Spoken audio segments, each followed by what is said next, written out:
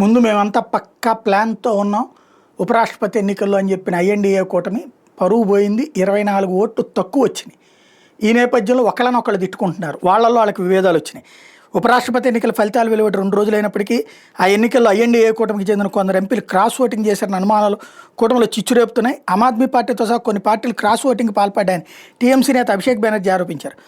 ఆప్లో బీజేపీకి అనుకూలంగా ఉన్న ఒక మహిళా ఎంపీతో పాటు కనీసం 4 ఎన్డీఏ అభ్యర్థి కోటేశారన్నారు. ప్రతిపక్ష పార్టీల ఓట్లను కొనుగోలు చేసేందుకు ఒక్కొక్కరికి 20 కోట్లు ఏవో చూపారట. ఎందుకు ఈజీగా గెలిచే చోట డబ్బులు ఇస్తారా? సెన్స్ లేని తలతెక్కేవారు. ఆప్ నేత సౌరభ్ భరద్వాజ్ స్పందిస్తూ ఎంపీ ఎవరికి ఓటేశారన్న విషయం ఎన్నికల సంఘానికి తెలుస్తుంది. ఎవరు క్రాస్ ఓటింగ్ పాల్పడ్డారో కమిషనే బయటపెట్టాలన్న అన్నారు. ఎవరు క్రాసింగ్ ఓటింగ్ వేశారో తేల్చేందుకు దర్యాప్తు చేయాలని కాంగ్రెస్ ఎంపీ మనీష్ తివారీ డిమాండ్ చేయడం అన్నారు. తమ వైపు నుంచి ఎలాంటి క్రాస్ ఓటింగ్ జరగలేదని ఆర్జేడీ నేత తేజస్వి యాదవ్ ప్రకటించారు. ఉపరాష్ట్రపతి ఎన్నికల్లో 15 ఓట్లు చెల్లకపోవడం మీద శివసేన ఎంపీ అరవింద్ సావంత్ విస్మయం వ్యక్తం చేశారు. క్రాస్ ఓటింగ్ వివాదం మీద ఎన్సీపీ ఎంపీ సుప్రియా సూలే స్పందిస్తూ అనవసరంగా తమ రాష్ట్రాన్ని అప్రతిష్ట పాలు చేస్తున్నారు.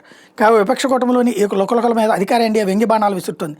ఐఎన్డీఏ కూటమికి చెందినటువంటి కొందరు ఎంపీలు అంతరాత్మ ప్రబోధానుసారం రాధాకృష్ణన్కి అనుకూలంగా ఓటేశారని వాళ్ళ కృతజ్ఞతలు మంత్రి కిరణ్ రిజిజు చెప్పారు.